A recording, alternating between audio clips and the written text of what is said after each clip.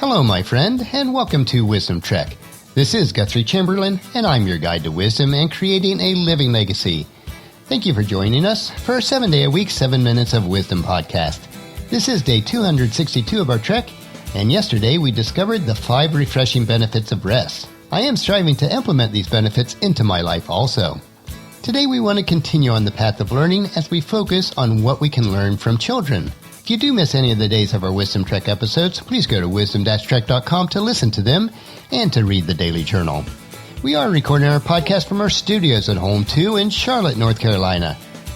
We had a great working visit in Mesa, Arizona with our friends and partners Charles and Alison Mecom reviewing the Arizona construction project this past weekend. The flights and the travel were uneventful, which is very good. The project is coming along well, and the execution is starting to flow smoothly.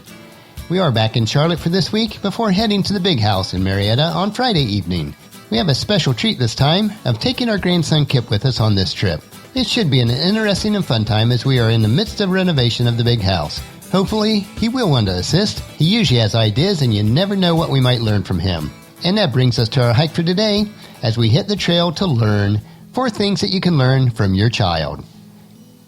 Being an adult can be difficult. We need to be genuinely disciplined, which requires you to develop the ability to take action. You don't need to be too hasty or frantic though, but you also don't want to waste much time. Don't allow yourself to become overwhelmed by things or events that may never take place. You should look at life simplistically without being simple-minded. You can only control yourself and very few other situations, so there's no sense about fretting over the rest. As we consider our trail for today, let's keep in mind the innocence of children and the words that Jesus spoke in Mark chapter 10, verses 13 through 16. And it reads like this. One day some parents brought their children to Jesus so he could touch them and bless them. But the disciples scolded the parents for bothering him. When Jesus saw what was happening, he was angry with his disciples, and he said, "Let the little children come to me. Don't stop them, for the kingdom of God belongs to those who are like these children. I tell you the truth. Anyone who doesn't receive the kingdom of God like a child will never enter it." Then he took the children in his arms and placed his hands on their heads and blessed them.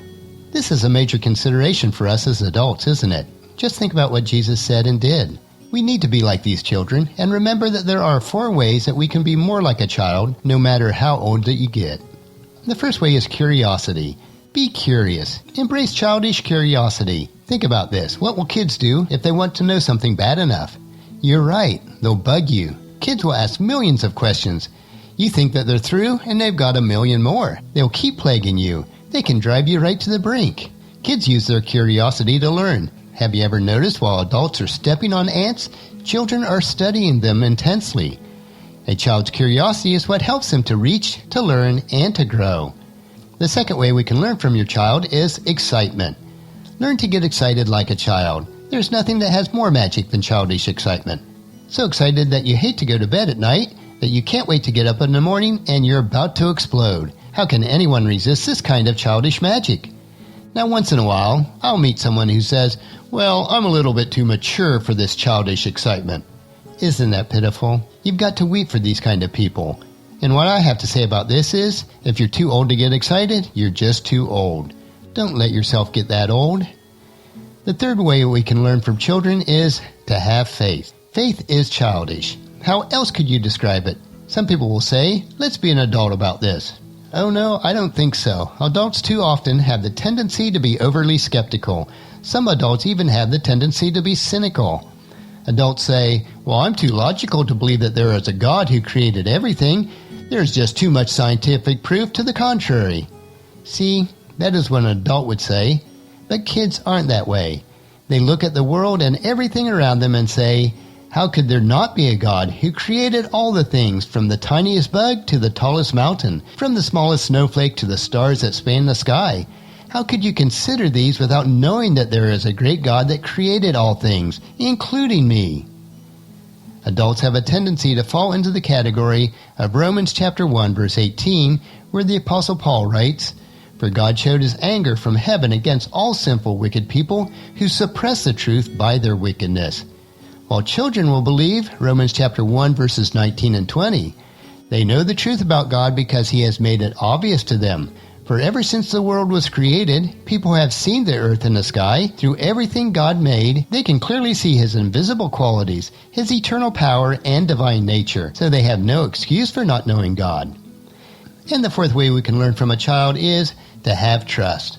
Trust is a childish virtue, but it has great merit. Have you ever heard the expression, sleep like a baby? That's it, childish trust. We need to have the same trust in God. When we do, we have no need to fear anything in life. As Proverbs chapter 3 verses 5 and 6 reminds us, trust in the Lord with all of your heart. Do not depend on your own understanding. Seek His will in all that you do, and He will show you which path to take. Curiosity, excitement, faith, and trust. That's a powerful combination to bring back into our lives. Let me ask you this question. Can you become like a child again? If you implant curiosity, excitement, faith, and trust into your life, you will see the world through new eyes. If you do this, regardless of your physical age, you will be forever young. Tomorrow on our trek, we will explore the 7 principles of an eagle. So encourage your family and friends to join us, and then come along with us tomorrow for another day of Wisdom Trek, Creating a Legacy. And that'll finish our podcast for today. As you enjoy these daily doses of wisdom, I encourage you to help us to promote Wisdom Trek in the following 4 ways. First, leave us feedback about the podcast at wisdom-trek.com so that we can continually improve. Second, on your smartphone, subscribe to iTunes, Google, Spreaker, SoundCloud, or Stitcher so that the podcast will be downloaded to you automatically each day. Third, on your computer, or if you have an iPhone or iPad, leave us a rating and review at iTunes. This will help to spread the word about Wisdom Trek so that others can join us. And fourth, most importantly, please share Wisdom Trek with your family and friends through email, Facebook, Twitter, or in person as you meet with them, and invite them to come along with us each day. The journal for today's trek can be found at wisdom-trek.com. Thank you so much for allowing me to be your guide, your mentor, but most importantly, you are my friend as I serve you through the Wisdom Trek podcast and journal each day. As we take this trek together, let us always live abundantly, love unconditionally, listen intentionally, learn continuously, lend to others generously, lead with integrity, and leave a living legacy each day.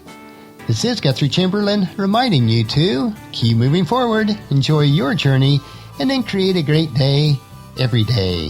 See you tomorrow.